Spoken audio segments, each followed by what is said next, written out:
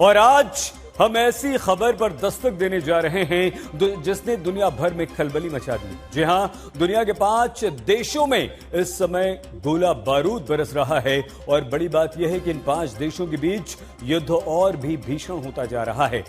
Iran और Israel के बीच जिस तरह से युद्ध छिड़ा हुआ है उससे साफ दिखाई दे रहा है कि यह युद्ध आसानी से रुकने वाला नहीं। तो चलिए पहले हम आपको दिखाते हैं कि दुनिया में छिड़े युद्ध पर इस समय बड़ा अपडेट क्या है।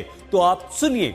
ईरान ने 16 जून की रात इजराइल पर सबसे बड़ा हमला किया जिसमें 8 इजरायली मारे गए, 200 से ज्यादा घायल हुए। ईरान ने इजराइल में मोसाद का हेडक्वार्टर्स उड़ा दिया तो इजराइल ने ईरान के और कमांडर को मार गिराया। इस बीच ट्रंप ने कहा कि अब वो ईरान से बातचीत करने के मूड में बिल्कुल नहीं हैं। तो दूसरी तरफ इजराइल और गाजा के बीच छिड़ा युद्ध, इजरायली गोलाबारी में 45 लोग मारे गए। गाजा में अब तक 45,000 से ज्यादा लोग मारे गए हैं। युद्ध के तीसरे मोर्चे यानी कि रूस और यूक्रेन युद्ध से भी एक बड़ी खबर आ जाएगी। जहां यूक्रेन के कीव पर रूसी हमले में 15 लोग मारे गए। यूक्रेन के अनुसार रूस ने 440 ड्रोन, 32 मिसाइलें यूक्रेन पर दागी। तो अब सवाल यह है कि आखिर दुनिया जा किस तरफ रही है, यह क्या हो रहा है दुनिया में।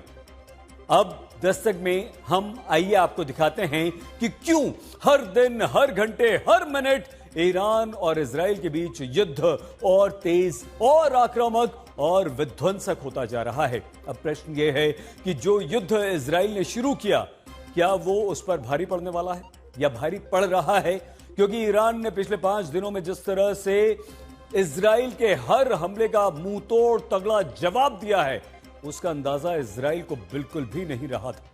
आज हम आपको दिखाएंगे कि आखिर ईरान कौन सी युद्ध नीति के तहत लड़ रहा है कि इजरायली प्रधानमंत्री बेंजामिन नेतन्याहू को बार बार अमेरिकी राष्ट्रपति ट्रंप को पुकारना पड़ रहा है, मदद मांगनी पड़ रही है। क्या नेतन्याहू को अमेरिका के सपोर्ट के बिना ईरान से युद्ध जीतना असंभव लग रहा है?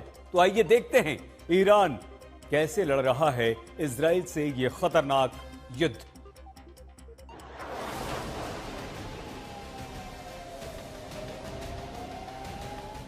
ईरान ने अब सीधे इजराइल की खुफिया एजेंसी मोसाद को टारगेट किया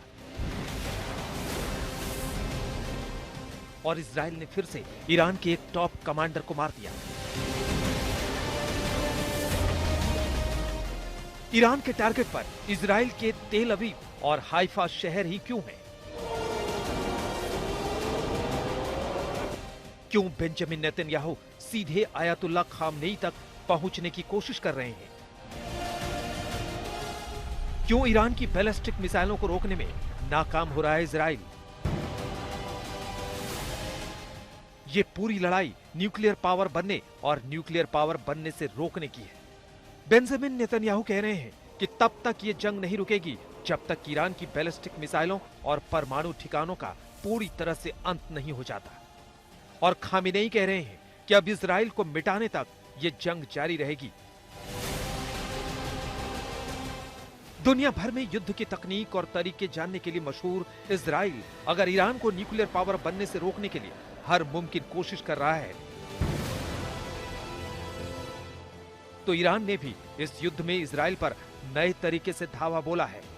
क्योंकि इजराइल की खुफिया एजेंसी मोसाद ने ईरान में ही अपने जासूस पालकर ईरान को टारगेट किया, तो ईरान ने अब मोसाद को टारगेट करना शुरू किया है। अब ईरान ने इजराइल की खुफिया एजेंसी मोसाद के हेडक्वार्टर पर हवाई हमला किया है। यह बिल्डिंग राजधानी तेल अवीव के हर्जिलिया टाउन में मौजूद है। इसके अलावा मिलिट्री इंटेलिजेंस से जुड़ी खुफिया एजेंसी अमान की बिल्डिंग को भी निशाना बनाया।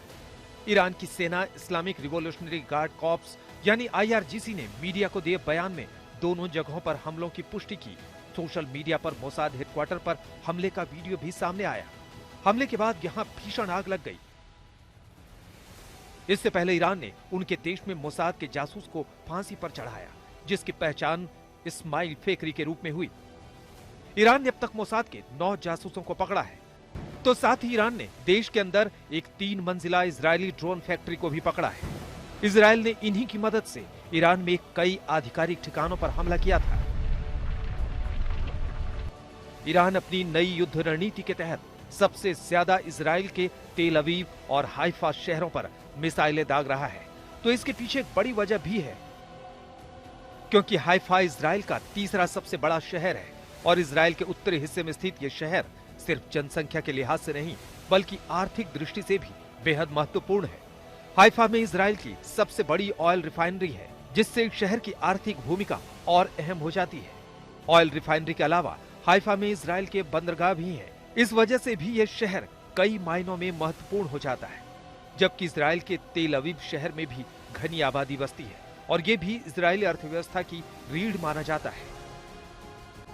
इजराइल के हाइफा शहर में एक तेल रिफाइनरी में भीषण आग लगी। ये प्लांट इजरायली लड़ाकू विमानों के लिए ईंधन तैयार करता है, जबकि ईरान ने इजराइल के यरूशलेम शहर को निशाना नहीं बनाया, क्योंकि यहाँ इस्लामिक धार्मिक स्थल मस्जिद अक्सा है। ईरान ने अब तक इजराइल पर 370 से ज्यादा मिसाइलें और सैकड़ों ड्रोन दागे हैं। इजराइल ने कहा कि अब तक इजराइल में 24 लोग मारे गए हैं और 500 से ज्यादा लोग घायल हुए हैं। ईरान के टारगेट पर इजराइल के शहर और उसकी अर्थव्यवस्था है, तो इजराइल के टारगेट पर ईरान के परमाणु ठिकाने, बैलिस्टिक मिसाइलें, एयरबेस और ईरान के टॉप कमांडर और अयातुल्लाह खामनेई के सलाहकार हैं।